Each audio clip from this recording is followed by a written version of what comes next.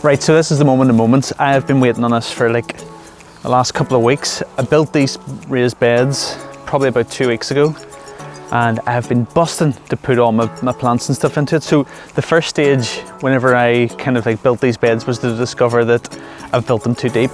So plants kind of only need about this much of height, whereas I was thinking they need like this much of height. I don't know what I was thinking, but they don't grow as deep. So the main plan that we're going to do today is fill these beds with just enough soil to kind of get everything going. So the first thing I done actually was I went and met a friend of mine who had actually tiled my house, and he gave me this stuff, which is horse manure.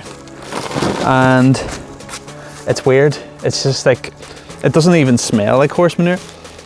In fact, it doesn't even smell, but like, I don't know what horses are eating, but they're eating a whole lot of like wood chips, because the majority of this just looks like wood chip to me, but apparently this stuff is like the gold standard for feeding plants. So I've got a ton of manure which I'm going to throw into these beds. I'm going to build that up then with some compost and then some topsoil, and then throw in all my plants, which I've been busting to do for ages, so can't wait to get started here actually. But I've put a couple of holes into the bottoms of these beds here to see that whenever the rain all kind of comes down, that the rain will go through the soil and then drop out the holes at the bottom. A couple of people have told me that if I don't do that, it's going to be an absolute, just a swimming pool of plants, so I don't want that.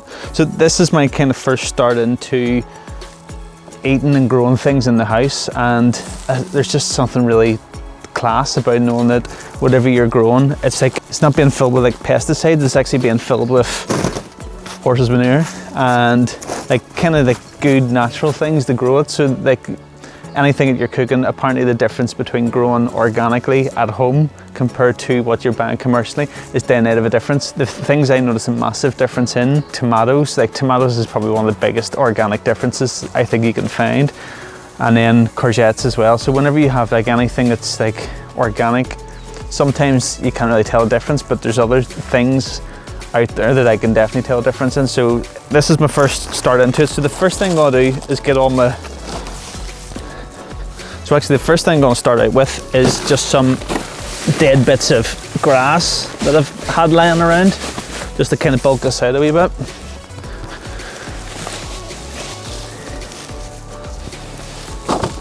Okay, so not too much grass, because grass kills. So then this is the first thing I want to do now, is actually just get these bits of manure. Okay.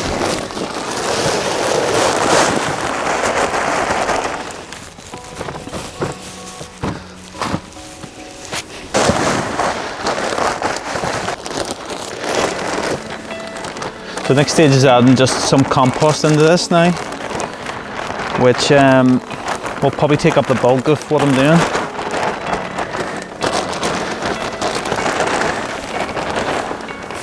Okay, so that's our next one. Okay, and then the last bag goes in.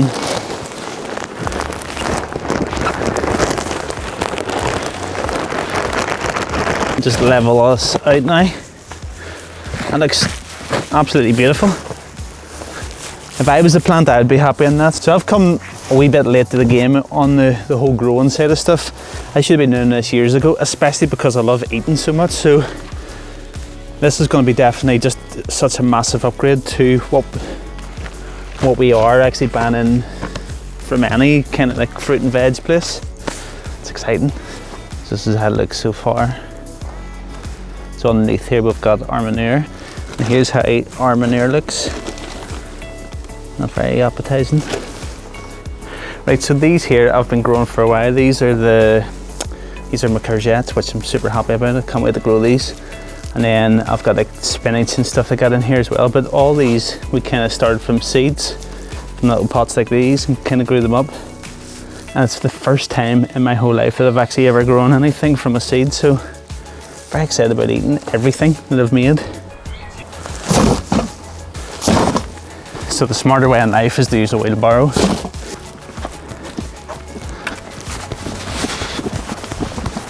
You feel so much of an adult now whenever you're working that wee bit smarter. Right, so this is our topsoil. Oh, I'm out of breath. So the person that got me kind of interested in all this was my tailor. He was tailoring the house and he was just telling me that you could eat. There's a book out called All You Can Eat for 4 Feet. All You Can Eat with 4 feet. And he was basically telling me that everything I need to feed my whole family, I can build within 4 feet. So I've kind of like made a lot more than that just so that I can overfeed my family. Okay, so last bag in. Looks great. These beds are absolutely going nowhere because of the full weight of them. I over-engineered them. I made them with like builder's planks, and they're not moving anywhere for a long time. So I'm excited now to get my wee plants in, get them going.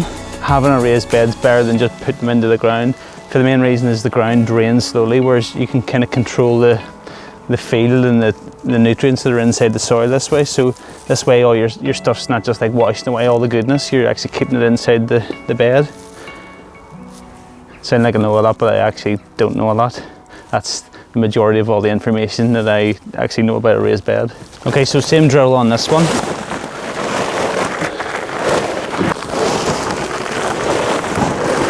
So with manure, you've got like things like little worms and stuff like that that are like really dense inside this. So it's like just totally filled with worms. You can see another wee worm there. So you know that this is all like a kind of really good base for to set the rest of your plants on. That's these beds put to bed.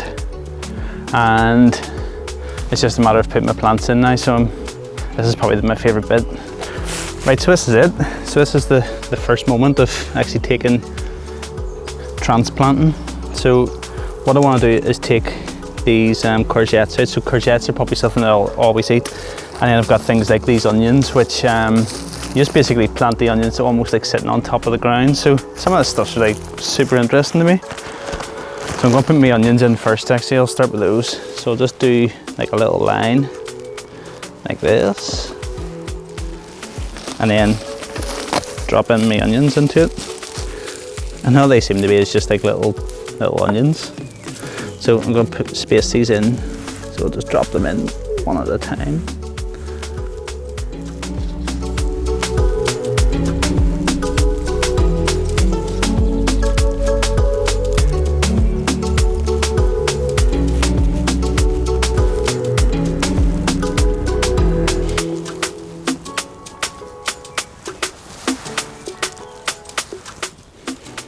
Right, so that's everything planted, and time to get in and get a bit of work done.